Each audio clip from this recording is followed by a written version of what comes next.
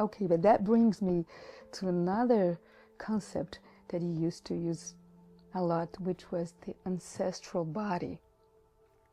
And then I just want to complete this because we have the inherited body and we inherited characteristics and foundations from our ancestors, but also we carry the legacy of life on Earth, right? And so, and then we interact with it. Else? Not yet.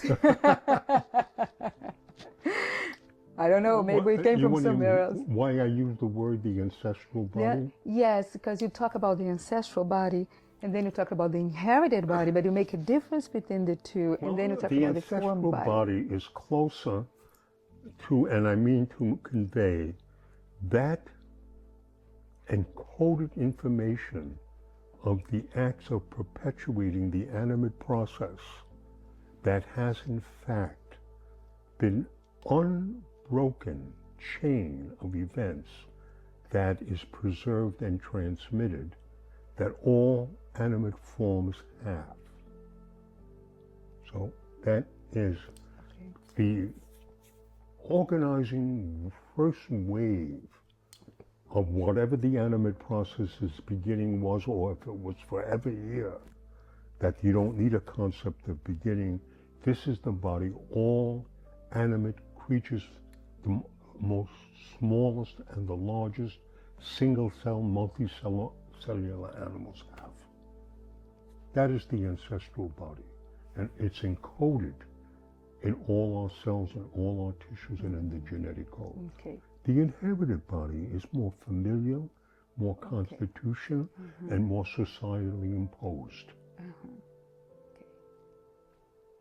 So when I say ancestral, it's the deep pulsatory tissue, a process of activity, of a active, resting, recovering, active, the basic pulsation rate that you see in all tissues, which is the organizing process.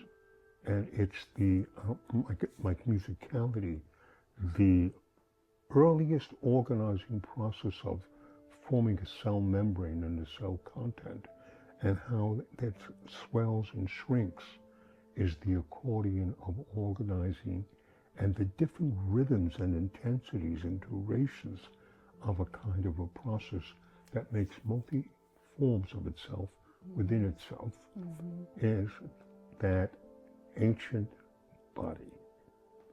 Then it has how tribes of animals, however small or big they are, how they have rituals of organizing themselves, forming beehives, forming the division of labor, how societies organize rules of behavior that are very ancient, and how these are handed down. Don't look down when you're talking to me. You look at me. Don't turn away. You're always supposed to smile. Be polite, even though you want to be the opposite. That there are, quote unquote, civilized behaviors within families, rules of family behavior, or rules of cultural behavior that we inherit, but it's taught to us. Okay, and then we also inherited by the choices that are forced on us. Those are cultural inheritances, right? Well, what they say to you, you cannot marry that person who's not in your class.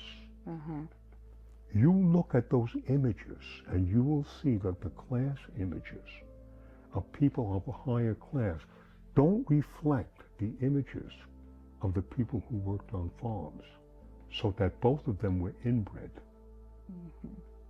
Those become culturally inherited patterns of behavior, and that's different than the ancestral behavior. Yes. Okay. Yes. And then you have your personal idiosyncrasies.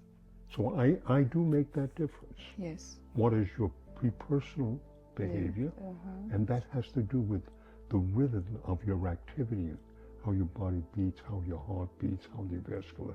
And then there's the inherited, hold your breath, stand still, and then there's the personal. And all of us work our way through this in forming an adult, and how an adult is in the world.